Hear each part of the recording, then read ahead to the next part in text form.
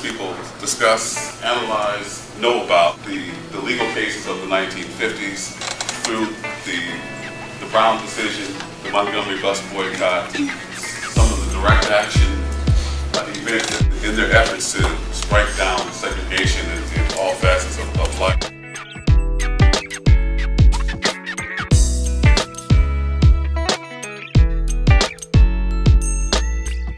The 14th Amendment should provide African American students the same type of opportunities, that is equal protection of the laws, as white students. So in fact, in all cases in the South, there were dual school systems, and dual not only in the public schools, but also on the college and professional school level. No law schools, no medical schools, no graduate schools for African American students. If you wanted to be a lawyer in Texas, there's no way you're going to the University of Texas Law School.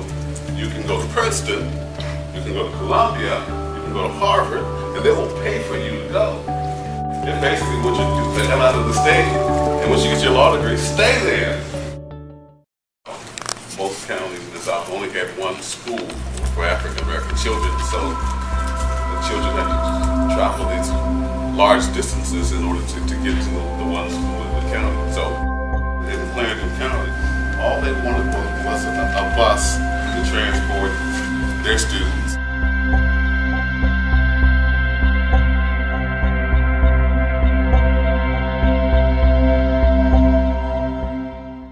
To protect the civil rights of African Americans, as well as others, what Marshall does as the General Counsel for the NAACP, he becomes a true American hero because of some of the cases that he takes.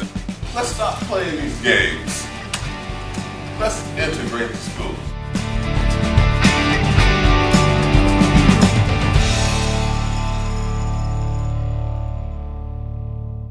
The Cold War forced Americans to reconsider American racial policy. Is our country like Nazi Germany during World War II? In terms of legal segregation and separating people on the basis of skin color, class, religion.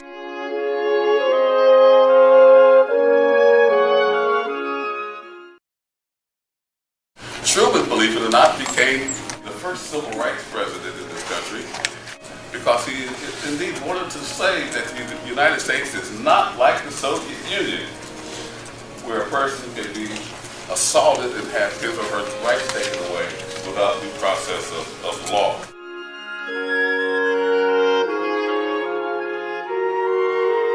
So the Cold War then played a major part in the civil rights movement.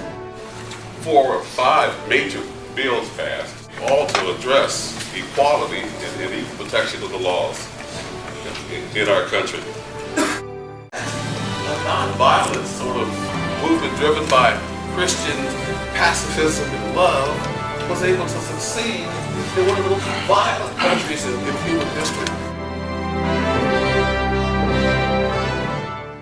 If, for 150 years, we talk about the dominance of the Democratic Party in South Carolina, and that being the white party, right? The white conservative party. The party of John C. Calhoun and of Wade Hampton. And originally, Strom Thurmond. How is it that South Carolina become primarily a Republican state? Harry Truman becomes, in a way, the first civil rights president. He does, in 1947, integrate the federal workplace. In the 1948 campaign, he actually made a pretty important civil rights speech.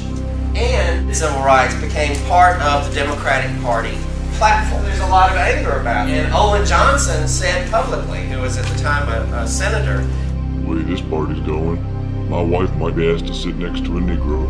Strom Thurmond runs as president against Harry Truman and against the Republican candidate.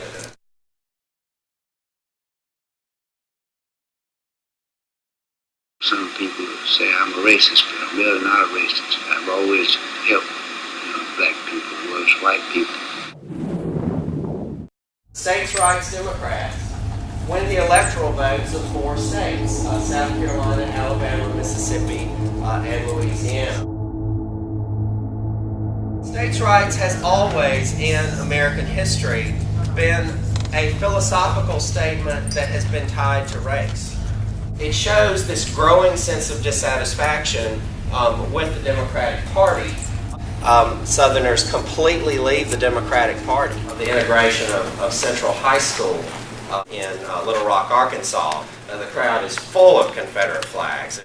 And it seems like the Dixiecrat campaign is kind of the beginning of the flag's usage in that particular way and in that particular context. At the Republican Convention in 1968, Thurman really shifts the convention using the White South